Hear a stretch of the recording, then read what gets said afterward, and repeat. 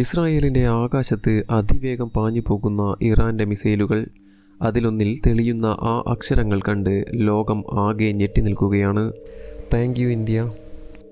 ഇത് വെറുമൊരു സന്ദേശമല്ല, മരണവാറണ്ടുമായി പോകുന്ന ഒരു ആയുധത്തിൽ ലോകത്തിലെ ഏറ്റവും വലിയ ജനാധിപത്യ രാജ്യത്തിൻ്റെ പേര് എന്തിനാണ് ഇങ്ങനെ എഴുതി വച്ചിരിക്കുന്നത്? നമ്മൾ അറിയാത്ത എന്തോ ഒന്ന് അവിടെ നടക്കുന്നുണ്ട്. ഇത് കേവലം ഒരു യുദ്ധമല്ല, വലിയൊരു ചതിക്കുഴി ഇതിന് പിന്നിലുണ്ട്. എന്താണ് ഈ താങ്ക് യുവിൻ്റെ പിന്നിലെ കഥ? നമുക്ക് നോക്കാം. ഇറാൻ ഇപ്പോൾ നടത്തുന്നത് വെറുമൊരു ആക്രമണമല്ല, അവരുടെ 83ാം ഘട്ട മിസൈൽ അറ്റാക്കാണ് ഇപ്പോൾ നടക്കുന്നത്. പക്ഷേ ഈ തവണ ലക്ഷ്യം ഇസ്രായേൽ മാത്രമല്ല, ലോകത്തിൻ്റെ മൊത്തം ചിന്താഗതിയെ മാറ്റുകയാണ്. ഇന്ത്യയെ കൂടാതെ ചൈന, ജർമ്മനി, സ്പെയിൻ, പാകിസ്ഥാൻ, ഈ രാജ്യങ്ങൾക്കും ഇറാൻ നന്ദി പറയുന്നുണ്ട്. എന്തായിരിക്കും ഇതിൻ്റെ അർത്ഥം? ലോകത്തെ ഏറ്റവും വലിയ ജനസംഖ്യയുള്ള രാജ്യങ്ങൾ തങ്ങൾക്കൊപ്പമാണെന്ന് വരുത്തി തീർക്കാനാണ് ഇറാൻ്റെ ഈ ഗൂഢനീക്കം. ചൈനയും ഇന്ത്യയും തങ്ങൾക്കൊപ്പമാണെന്ന് വരുത്തിയാൽ അമേരിക്ക ആകെ തളരും എന്ന് അവർ കരുതുന്നു. ഇതൊരു തരം നറേറ്റീവ് വാർഫെയർ ആണ്. ലോകത്തിന് മുന്നിൽ തങ്ങൾ ഒറ്റയ്ക്കല്ലെന്ന് കാട്ടാനുള്ള ഒരു കളി. പക്ഷേ ഒന്നാലോചിച്ചേ, ഇന്ത്യയും ഇസ്രായേലും തമ്മിൽ എത്ര നല്ല ബന്ധമാണ് ഉള്ളതെന്ന് നമുക്കെല്ലാം അറിയാം. ഇന്ത്യ എന്നും സമാധാനത്തിന് വേണ്ടിയാണ് നിലകൊള്ളുന്നത്. പിന്നെ എങ്ങനെയാണ് നമ്മുടെ പേര് ഇറാൻ്റെ മിസൈലിൽ വന്നത്? സത്യത്തിൽ ഇറാൻ നമ്മളെ വല്ലാതെ ഉപയോഗിക്കുകയാണ്. കടലിൽ മുങ്ങാൻ പോയ 2 ഇറാനിയൻ കപ്പലുകളെ ഇന്ത്യ രക്ഷിച്ചിരുന്നു. അവരുടെ പരമോന്നത നേതാവ് മരിച്ചപ്പോൾ നമ്മൾ അനുശോചനം അറിയിച്ചിരുന്നു. ഇത്തരം നയതന്ത്രപരമായ മര്യാദകളെ പോലും തങ്ങൾക്കുള്ള പിന്തുണയായി ഇറാൻ വളച്ചൊടിക്കുകയാണ്. ഭാരത സർക്കാരിൻ്റെയോ ഇവിടുത്തെ ജനങ്ങളുടെയോ യാതൊരു അനുവാദവുമില്ലാതെയാണ് നമ്മുടെ പേര് ആ ആയുധങ്ങളിൽ എഴുതി ചേർത്തിരിക്കുന്നത്.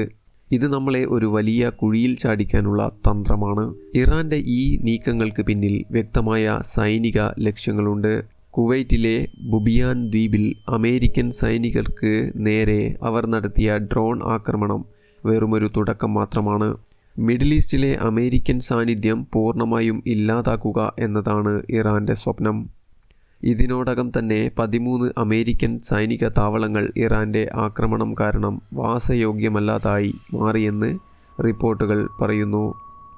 ഖത്തർ, UAE, സൗദി അറേബ്യ തുടങ്ങിയ രാജ്യങ്ങളിൽ നിന്ന് അമേരിക്കൻ സൈന്യം ഉടൻ പിന്മാറണമെന്നാണ് അവരുടെ ആവശ്യം. തങ്ങളുടെ പഴയ മിസൈലുകൾ മാത്രമാണ് ഇപ്പോൾ പ്രയോഗിക്കുന്നതെന്നും പുത്തൻ സാങ്കേതികവിദ്യ പുറത്തെടുത്താൽ അത് ലോകം കണ്ട ഏറ്റവും വലിയ വിനാശമായിരിക്കും വിതയ്ക്കാൻ പോകുന്നത് എന്നും ഇറാൻ ഭീഷണി മുഴക്കുന്നു. പക്ഷേ ഈ തന്ത്രം പാശ്ചാത്യ രാജ്യങ്ങൾക്കിടയിൽ വലിയ വിള്ളലുകൾ ഉണ്ടാക്കിയിട്ടുണ്ട്. ഇത് ഞങ്ങളുടെ യുദ്ധമല്ല എന്ന് ജർമ്മനി കൈമലർത്തിയത് ഇറാൻ്റെ തന്ത്രത്തിൻ്റെ വിജയമാണ്. സ്പെയിൻ ഇറാന് പിന്തുണ നൽകുന്നു എന്ന തോന്നൽ അവർ ഉണ്ടാക്കിയെടുത്തു. ഇതിനോടുള്ള ട്രംപിൻ്റെ പ്രതികരണം കേട്ടാൽ നിങ്ങൾ ഞെട്ടും.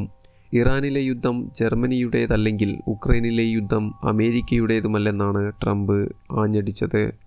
നാറ്റോ എന്ന വലിയ സൈനിക സഖ്യം തന്നെ തകരാൻ ഈ ഒരൊറ്റ കാരണം മതിയെന്നാണ് വിലയിരുത്തൽ. സഖ്യകക്ഷികൾ തമ്മിലുള്ള ഈ പടലപ്പിണക്കമാണ് ഇറാൻ മുതലെടുക്കുന്നത്. യുദ്ധം ആകാശത്ത് നടക്കുമ്പോഴും ഇറാനിലെ സാധാരണ ജനങ്ങൾ അനുഭവിക്കുന്നത് പറഞ്ഞറിയിക്കാനാവാത്ത ദുരിതമാണ്. അവിടെ ഇപ്പോൾ പെയ്യുന്നത് കറുത്ത മഴയാണ്. പരിസ്ഥിതി പൂർണ്ണമായും മലിനമായിരിക്കുന്നു. വരും വർഷങ്ങളിൽ അവിടെ ക്യാൻസർ രോഗികളുടെ എണ്ണം ക്രമാതീതമായി വർദ്ധിക്കുമെന്നും ഒരു തലമുറ തന്നെ ഇതിൻ്റെ പ്രത്യാഘാതങ്ങൾ അനുഭവിക്കുമെന്നും വിദഗ്ധർ പറയുന്നു. ഇറാൻ്റെ സമ്പദ്വ്യവസ്ഥ ഇപ്പോൾ തന്നെ തകർന്നു തരിപ്പണമായി കഴിഞ്ഞു. ചൈനയിൽ നിന്നോ റഷ്യയിൽ നിന്നോ വലിയൊരു സാമ്പത്തിക പാക്കേജ് കിട്ടിയില്ലെങ്കിൽ ഇറാൻ പട്ടിണിയിലേക്ക് വീഴും. ഭരണാധികാരികൾ വിജയം ആഘോഷിക്കുമ്പോഴും അവിടുത്തെ കുഞ്ഞുങ്ങൾ സ്കൂളുകളിൽ മിസൈലേറ്റു മരിച്ചു വീഴുന്ന ദയനീയ കാഴ്ചയാണ് നമ്മൾ കാണുന്നത്. മിസൈലുകളിൽ എഴുതി വെക്കുന്ന നന്ദി വാക്കുകൾക്കൊന്നും ഒരു വിലയുമില്ല. ഇന്ത്യയുടെ പേര് ആയുധങ്ങളിൽ എഴുതി ചേർക്കുന്നതിലൂടെ ഒരു വലിയ നുണ പ്രചരിപ്പിക്കാനാണ് ഇറാൻ ശ്രമിക്കുന്നത്. സമാധാനം ആഗ്രഹിക്കുന്ന ഒരു രാജ്യത്തെ യുദ്ധക്കൊതിയന്മാരായി ചിത്രീകരിക്കുന്നത് എത്ര വലിയ ക്രൂരതയാണ്. യുദ്ധം ആര് ജയിക്കുമെന്നതിനേക്കാൾ ഈ കളിയിൽ എത്ര നിരപരാധികൾ ബലിയാടാകും എന്നതാണ് നമ്മളെ ഭയപ്പെടുത്തുന്നത്. അപ്പോഴും ആ ചോദ്യം ബാക്കിയാണ്.